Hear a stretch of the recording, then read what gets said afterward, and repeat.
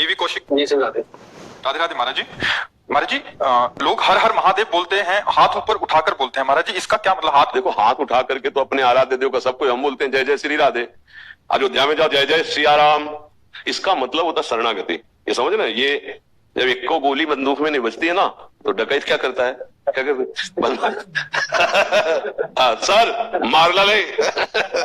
ये है ना जिसे हम शास्त्रीय भाषा में शरणागति कहते हैं, उसे आप अंग्रेजी में सरेंडर, सलेंडर की सरेंडर क्योंकि हम अंग्रेजी ले आते सरेंडर। हाँ, अब एक को गोली नहीं रह गई तो अब समझा के सामने से, तो इसलिए तो ये मन, ये बुद्धि, ये चित्त, ये अहंकार, एक को सामर्थ्य नहीं रह गई प्रभु।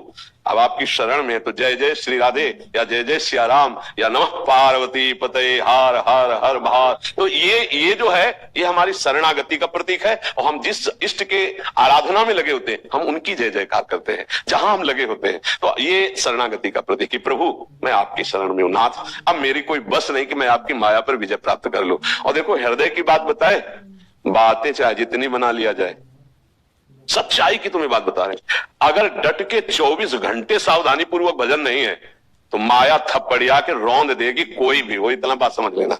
अंतर में अगर भगवत चिंतन, हनुमान जी महाराज बहुत बड़े ज्ञानी महापुरुष हैं, वो कह रहे हैं कह हनुमंत विपति प्रभु सोई, जब तब सुमिरन भजन न होई। जिस क्षण आपका भजन छूटा उसी क्षण माया उसे विपत्ति में फंसा देगी, कोई ऐसा कार्य करवा देगी, जलता रहेगा हृदय भगवत स्मरण। और हम सबसे कठिन अनुभव कर पाए हैं जीवन में कि निरंतर भजन करना सबसे कठिन बात है। प्रवचन कर लेना, खूब फैला लेना, समाज जोड़ लेना, ये सब सरल है, लेकिन मन को एकाकार करके निरंतर प्रभु में लगाना ये सबसे कठिन बात है, ये सबसे कठिन बात है। इसीलिए सब रास्ते खुल जाते हैं लेकिन ये रास्ता नहीं, और ये नहीं खुला तो भगवत प्राप्ति नहीं हो पाती। क्योंकि मन का कार्य है संकल्प विकल्प करके भोगों में जाना, तो आपकी विद्वता मन को नहीं रोक पाएगी, आपकी प्रवीणता, आपका नाना प्रकार का वैभव, आपका नाना प्रकार की कलाएं मन को नहीं रोक पाएगी। मन को रोकने के लिए कृपा निधान भगवान का भजन चाहिए। अगर भजन नहीं, पक्की बात समझ लो, तो नाटक भले हो जाए सच्चाई नहीं आएगी। हाँ, नहीं आएगी। अगर भजन की आनंद वृत्ति है कि तो बहुत जोर का, कई बार हमने कहा है कि अध्यात्म कभी पैसे से नहीं मिलता और पैसे से कभी अध्यात्म नहीं खरीदा जा सकता।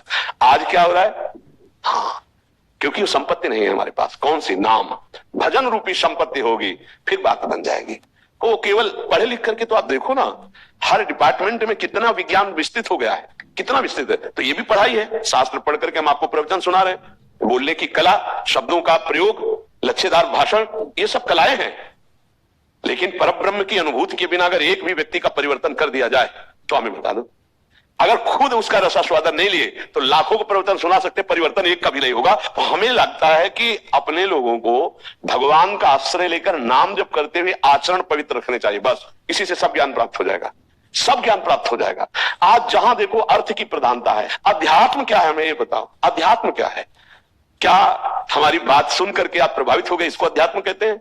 नहीं। अध्यात्म आप देखो, हमारे ब्रह्म ऋषि उपनिषद तत्वदर्शी महापुरुषों के एक बार उनके साथ संभाषण हुआ तो जीवन की धारा बदल गई, जीवन की धारा बदल गई। अगर निष्काम नहीं है प्रवचन करता तो धारा नहीं बदल सकता, क्योंकि धारा यही नहीं बदली तो वहां कैसे बदल जाएगी? निष्कामता, हमारे शास्त्र जो है ये निष्काम महामहिमा में उपस्थित करते हैं आपको, निष्कामता में। हम लोग सकामता में फंस गए हैं। आज जो अभी हमें उपदेश मिल रहे हैं वो घुमाकर शास्त्रों का अर्थ बदलकर सकामता की तरफ ले जाया जा रहा है। किसकी सकामता? आपकी कामना की पूर्ति होगी ऐसा प्रलोभन, और जिससे हमारी कामना की पूर्ति होगी वैसा प्रलोभन। कई तरह की ऐसी धारणाएं बनती चली जा रही कि सत्य वस्तु क्या है, भगवान क्या है, भगवत प्राप्ति का स्वभाव स्वरूप क्या है, ये सब ढकता चला जा रहा है। इसीलिए अच्छा, और अगर बोला गया तो एक की निंदा, दूसरे को सपोर्ट, तीसरे की अवहेलना, चौथे की निंदा, ये नहीं है, ये अध्यात्म नहीं है। अध्यात्म का स्वरूप ये नहीं।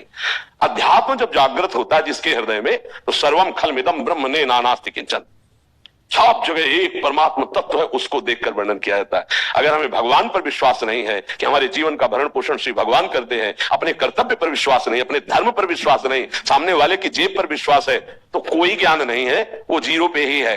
माया उसको वही जीरो पे रखे, कोई ज्ञान नहीं। बिन विवेक वैराग्य भक्ति बिन सत्य न एको मानो, भगवत विमुख कपट चतुराई सो पाखंड नहीं जानो। इसलिए ज्यादा ज्ञान प्राप्त करने की कोशिश मत करे, बस इतना समझ ले कि अगर आपको नाम मिल गया और नाम लेके चल पड़े तो आपको सब कुछ प्राप्त हो जाएगा। बस आप चलिए, धैर्य पूर्वक चलिए। एक गुरु ने शिष्य को यमुना स्नान करने जाना था, अंधेरी रात थी, एक टॉर्च दिया, टॉर्च बहुत छोटी थी, उसमें एक केवल गोला सा प्रकाश पड़ता है। बोले गुरु जी इससे कैसे यमुना जी पहुंच जाएंगे? बोले एक कदम दिखाई देता है ना? बोले हाँ, बस एक कदम बढ़ाते चले जाओगे, हर कदम में तुम्हें प्रकाश देगी। तो जैसे तुम्हें राम नाम मिला, कृष्ण नाम मिला, राधा नाम मिला, ये दिव्य प्रकाश है।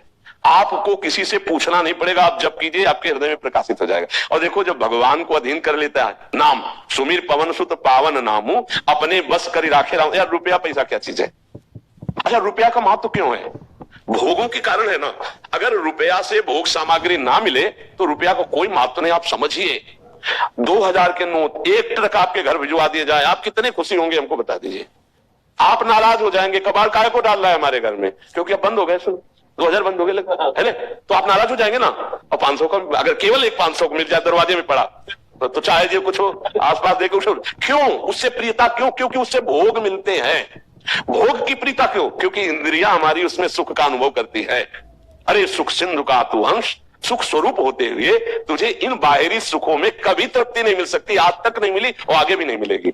यही समझाने के लिए भगवान संतों का सानिध्य देते हैं कि हमारा कर्तव्य है जो हमने अपने जीवन में अनुभव किया वो तुम्हें बताएं, और तुम्हारा कर्तव्य कि बस इसको पकड़ लो। हमें कहीं भी ये नहीं लिखा कि धन से भगवत प्राप्ति होती है, कहीं नहीं लिखा। भगवान ने जब मांग की है तो मन की मांग की है। मन मना भव मयि वो मन आदत सो। इसलिए हमारे भगवान को न सोना चाहिए, न चांदी चाहिए, न 56 भोग चाहिए, न कुछ चाहिए। आप अपने मन को भगवान को दे दो। कैसे मन दिया जाता है? राधा राधा राधा राधा राधा राधा, कर से कर्म करो विधि नाना, और मन रखो जा कृपा निधाना। संतों ने कहा हाथ से कर्म करते रहो और जबान से नाम जपो और मन भगवान के चरणों में रखो। महात्मा है, चाहे वो गृहस्थ हो चाहे विरक्त हो।